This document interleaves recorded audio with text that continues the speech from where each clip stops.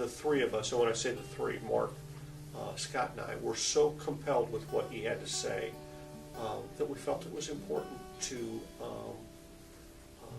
share that with whoever we could with the city. And with the city's resources and with the generous support of Monsanto, we were able to make that happen.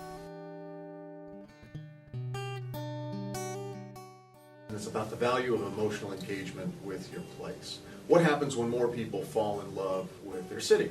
And it's good things happen when more people fall in love with their city. Not only do we say it, but we find interesting ways to manifest that love. We find interesting ways to connect with our city, maybe do things above and beyond ordinary levels of citizenship, and get engaged and make some amazing things happen that really complement the efforts that cities, the official city makers, are doing, along with a lot of these unofficial kinds of things, these unofficial ideas and projects and things like that, that find a nice balance between this sort of official side and this grassroots side.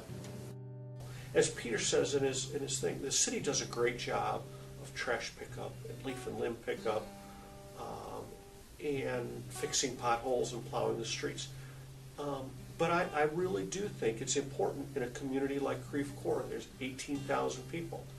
I think the city can operate on a more personal level. And I think that's important.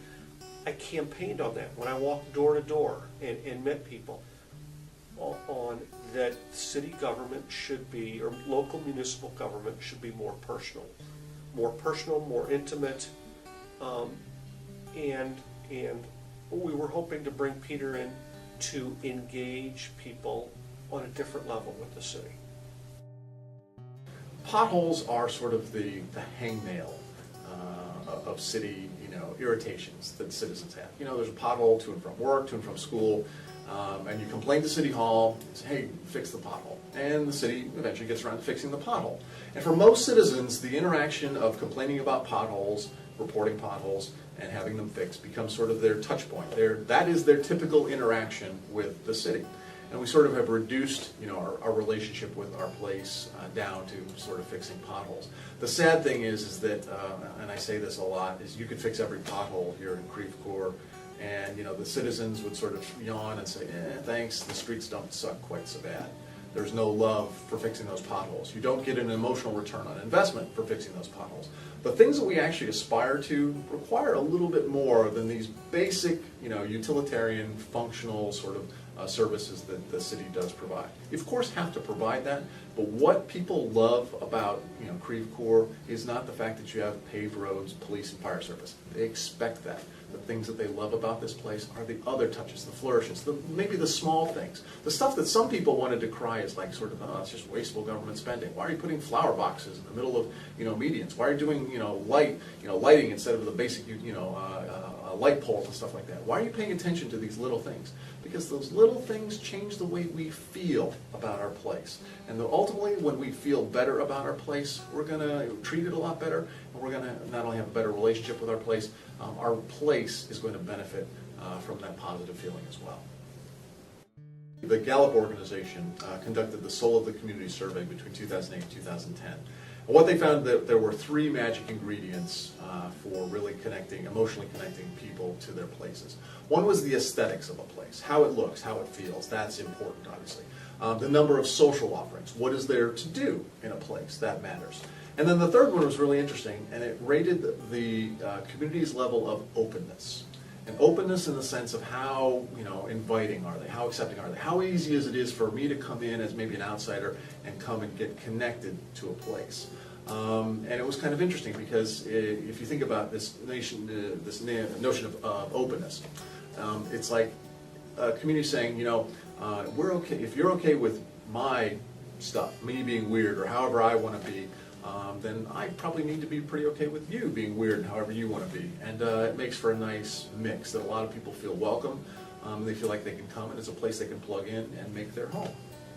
You try to find this nice balance, between some places that are so sort of tight-knit that, if you move there, and 2 generations later, you're still, your family's still the new, family, in town.